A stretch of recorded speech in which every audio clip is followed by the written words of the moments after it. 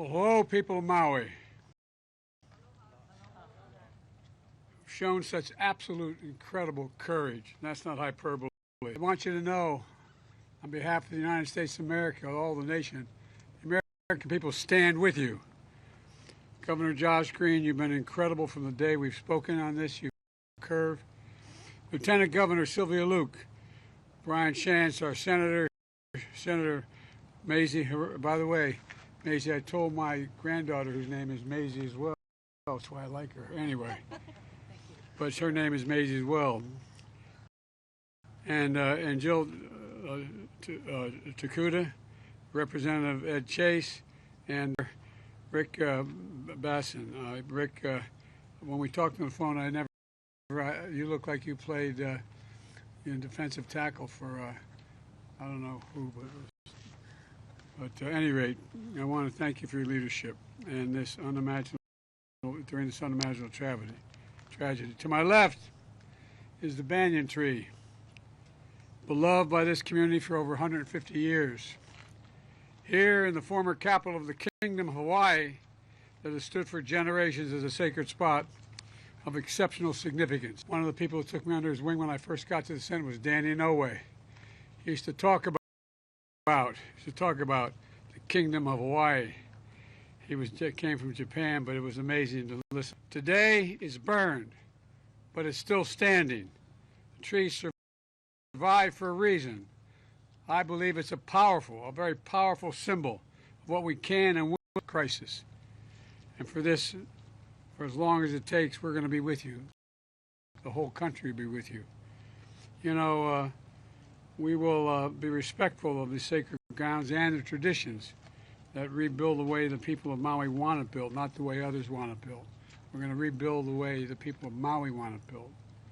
But you know, it's going to be hard. Deadliest wildfire in over a century. And Jill and I have what's left, walked Front Street, what's left of it. We've surveyed the damage from the air as well. The devastation is overwhelming. To date, 114 dead, hundreds of people unaccounted for.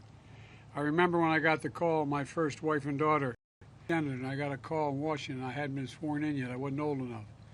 And I was hiring staff in the Capitol at Teddy Kennedy's office. And I got a phone call saying from my fire department, under kind of panic, you got to come home. There's been an accident. I said, what happened? He said, your wife, she's dead. Come home, come home. The tractor broadsided her and killed her in a car accident along with my little daughter. And I remember all the way down from Washington home, what a lot of people here are wondering, what about my two boys? How are they? They were in the car. I never got a read on that.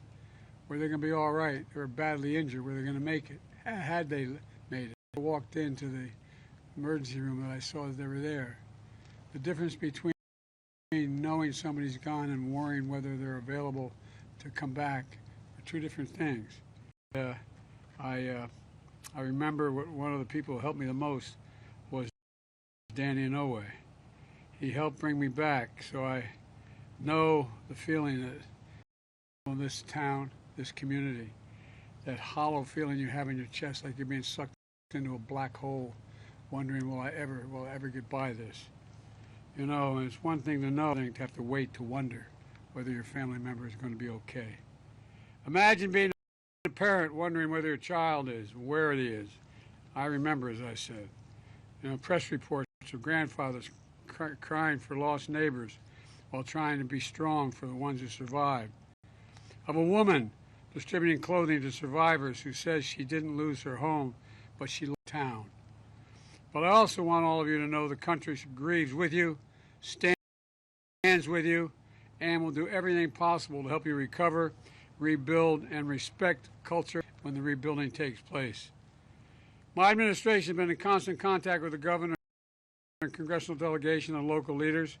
As soon as I got the governor's request, I signed the major disaster declaration that mobilized the whole of government response, which means whatever you need, you're going to get.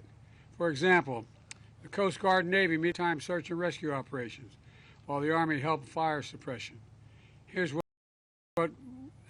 we've been doing since. First, we focused on search and rescue, which is still going on. Right now, there are over 450 search and rescue experts working round the clock. Second, I've identified FEMA's Administrator Griswold to lean forward, as she always has done, to immediate aid. FEMA's quickly provided 55,000 meals, 75,000 liters of water, 5,000 beds, 10,000 blankets, working to help remove the debris, restore power.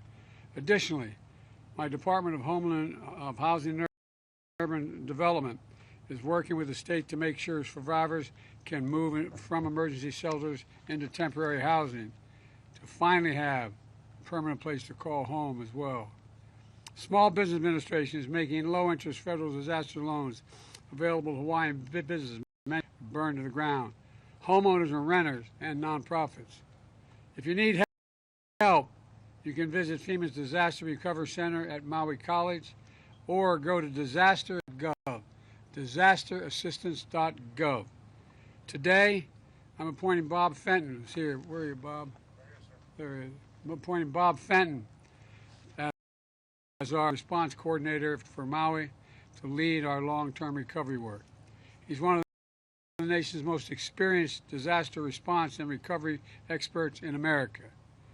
And I'm directing him to make sure the community has everything the federal government can offer to heal and to rebuild as fast as possible. And we're focused on what's next, building a long term, rebuilding for long term, and doing it together to help get us back on our feet, to rebuild the way we want to rebuild, by making sure your voices, by respecting your traditions, by understanding the deep history and meaning of this sacred ground, and establishing your community not to change its character, but reestablish it.